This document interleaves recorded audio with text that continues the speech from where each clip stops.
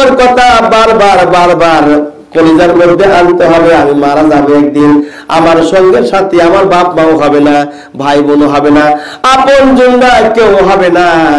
আমার সঙ্গে সাথী হবে আমার জীবনের নামাজ, আমার জীবনের কোরআন তেলাওয়াত, আমার জীবনের তাসবিহ তাহলিল, আমার জীবনের ইসলামী আন্দোলন, আমার জীবনের কোরআন হাদিসের যা কথা রয়েছে, আল্লাহ নবীর সুন্নাত তরিকাগুলো আমার জীবনের কাজে আসবে। এটা হলো আখিরাতের দিন আল্লাহ পাকের দরবারে এগুলো আমাদের কাজে আসবে।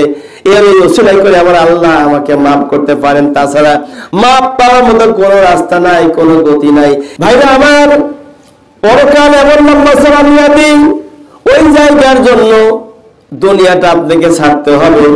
আল্লাহ নবী একদিন কি নামাজ করতে করতে বলে ফেললেন, ও আমার সাহাবায়ে কেরাম, পরকাল এমন একটা জায়গা, এমন একটা লম্বা সালামিয়াতি জায়গা, যেখানকার কথা তোমরা শুনতে পাইতে, তোমরা জীবনে ঘর সংসার করতে পারতে না। সাহাবায়ে কেরাম বলেন, হুজুর কেমন কথা একটু শোনানোকে যায় না? নবীজি বললেন, সাহাবায়ে কেরাম ভালো করে কান লাগায় শোনা আমার কথাটি। আল্লাহ পাক জানিয়েছেন, ফামাইয়ামাল মিসকালা যারাতিন খায়রান ইয়ারা ওয়া মাইয়ামাল মিসকালা যারাতিন শাররান ইয়ারা। ও আল্লাহর বান্দারা, আমি রাসূল তোমাদেরকে জানিয়ে দিচ্ছি, এক জায়গা পরিমাণ যদি কোনো ব্যক্তি ভালো কাজ করো, ফামাইয়া আমাল মিসকালা যারাতিন খায়রান ইয়ারা, ওই বান্দার চোখের সামনে ওই এক জায়গা পরিমাণ ভালো কাজ দেখা দিবে।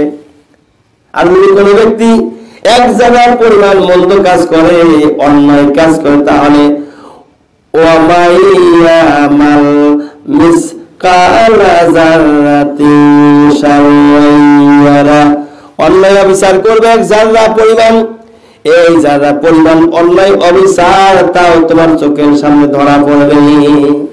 নবীজি জাহান্নামের বিবরণ দিলেন, সাহাবায়ে কেরামেরা হতাশ হয়ে গেল। এক একজন সাহাবী বাড়ি ছাড়লেন, ঘর ছাড়লেন, এক একজন সাহাবী জঙ্গলে চলে গেল, কেউ চলে গেল আমি জীবনে সংসার করবো না, কে বললো আমি জীবনের মতো নামাজ ছাড়বো না, কেউ বলতে লাগলো আমি রুকু করবো, বারবার রুকুতে থাকবো, আমি কেউ চিন্তা করবো সেজদায় থাকবো, সেজদা ছাড়বো না। বিবাল বাচ্চা আপনজনদেরকে ছেড়ে চলে গেল, তারা বাড়ি ছাড়িয়া চলে গেল।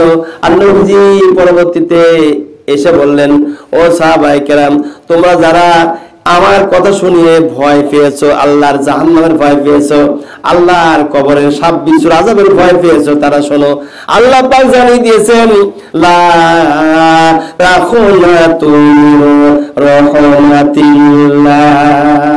বান্দারা, আল্লাহ রাব্বুল আলামিনের রহমত থেকে তোমরা নিরাশ হয়ে যেও না।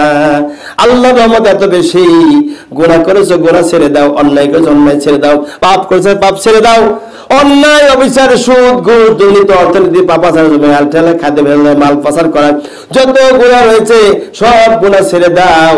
আল্লাহ রাব্বুল আলামিন তাহলে তোমাকে মাহবুব বান্দা হিসাবে কবুল করে নিবে।